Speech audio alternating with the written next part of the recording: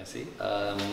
So the QualityRights program has been developed by WHO over the last few years in order to look at this issue of mental health and human rights. And an important aspect of it is that it's grounded or rooted in the UN Convention for the Rights of Persons with Disabilities. So it's a way of taking that convention and bringing it into a tool that can be used in everyday practice, in institutions and other services to assess the quality of care and the standards that are being provided in these facilities.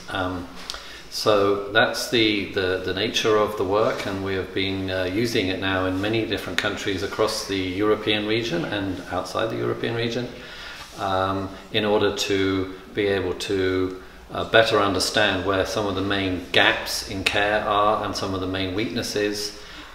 So this is a tool, I think, which is now being validated and demonstrated to be useful. So in the French context, where there is some variation in the quality of care and the services and extent to which certain standards around, for example, use of restraints or seclusion, we can use this instrument to assess that and work out where there are particular needs for building capacity of staff and also management around these issues, which are very central to protecting human rights of persons with mental disorders and psychosocial disabilities.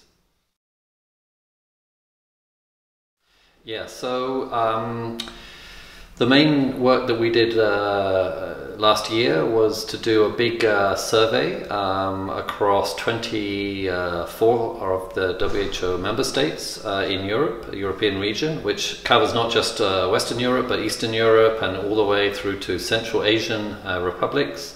So we had a big project to look at where we implemented QualityRights. So we had to do some training of the different national assessment teams. They then visited a number of facilities in their countries, undertook the assessments, prepared a report, and then that's now being used to discuss with policymakers about how to improve services. So we're now moving from assessing the situation to actually trying to improve the situation in some of those facilities that we visited and assessed.